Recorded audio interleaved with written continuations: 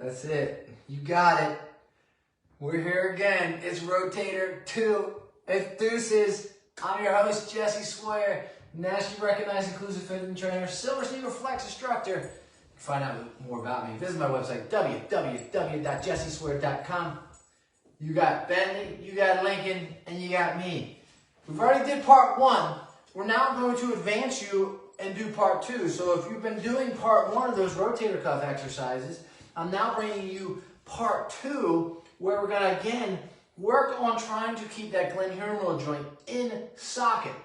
So the real goal of these exercises is to strengthen those tendons around that ball and socket, strengthen the scapula, improve your posture, and improve your mobility so that you can have stability with range of motion and picking things up and putting them down and not having to lower as you get older things from your cabinets down right below the level they should be. So we don't want you to lose quality of life. We want you to maintain that independence, and we want you to continue to grow. That's why I bring you these types of videos. So today, what we're going to be doing or attempting to do is, again, using a lightweight dumbbell. You don't have to do the exercise I'm going to show you for external and external rotation. That's going to be the last one, a little more advanced again. I'm going to be using these lightweight resistance bands. Are isokinetic, so the amount of pressure that you apply to them is a pressure to the joints. Really excellent and good for you to do. And then I'm going to show you, again, a pendulum exercise with or without the dumbbell. And then I'm going to show you an alternative to this exercise as well. So the first exercise I'm going to do is I'm going to do the pendulum. Just going to take this lightweight dumbbell, put it right here. Going to be in the standing position or the seated position for those at home that need to have that seat. And I'm just going to circle. If I show you the side, I'm just circling. I'm letting that shoulder sublux, but I'm really not letting it sublux. I'm nice and tall, and I'm just circling in this position. Now, if this becomes too difficult for you, right, have that seat. Add a little extra support and circle it here. If the weight is pulling down too much initially on the shoulder, you feel like it's subluxing because the joint is just not staying in place. It's not staying in that socket, right? Then circle it again. Another way to do it for you as well is engage that trap. Engage the trap and then circle it if you're having those difficulties. Because now, if you remember from part 1, if you engage that trap, it does its job. What does it do? It holds that socket into place. It holds your body in the posture. It makes you use the scapula. It tells those tendons that are holding the rotator, make up the rotator cuff, it tells them what to do. It reminds them what to do, just based upon that shrug. Or you can let it sublux. Better way to do it, though, is shrug it and circle it. If you do one side, you want to do the other side. And again, you can do this in the standing position. Nice shrug and roll it. Or if your arm is stable enough and you're not feeling that subluxation, you don't have to shrug. But that shrug is meant cognitively to remind the shoulder, the scapula, those tendons, those 4 tendons, to hold this in place. Now, how many times you want to do this? About 15 seconds one way, 15 seconds the other way.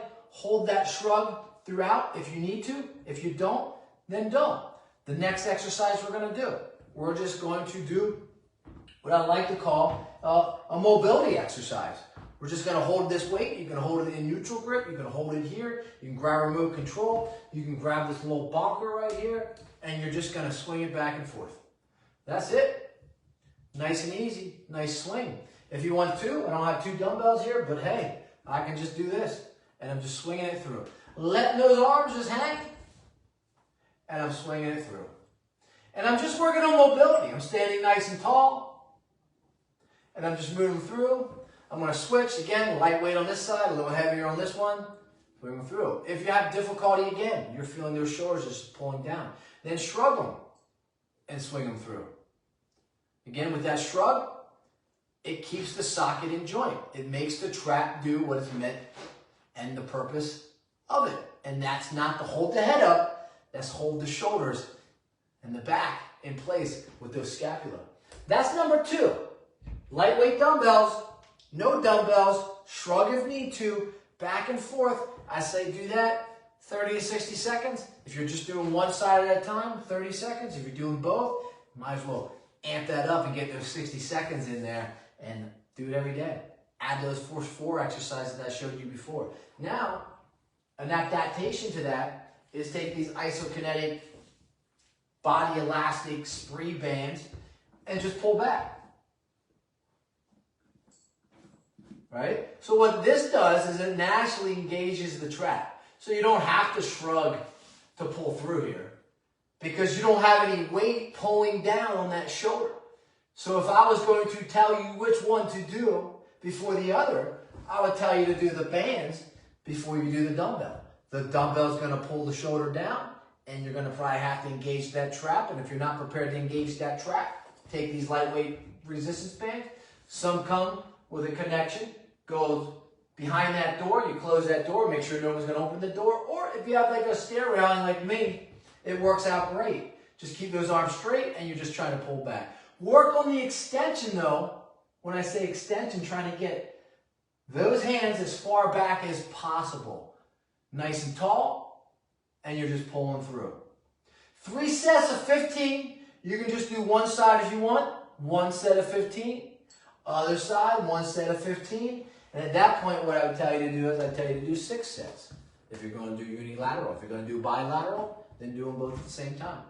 There's 3 different exercises right there. One's a modification, or add it in and add the dumbbells as well. So you got your pendulum. You got your mobility, swing back and forth. You got your mobility with the lightweight resistance bands. And then number 4, seated or lying. I got this bonker here because I'm going to use it. And I'm going to do internal, external rotations.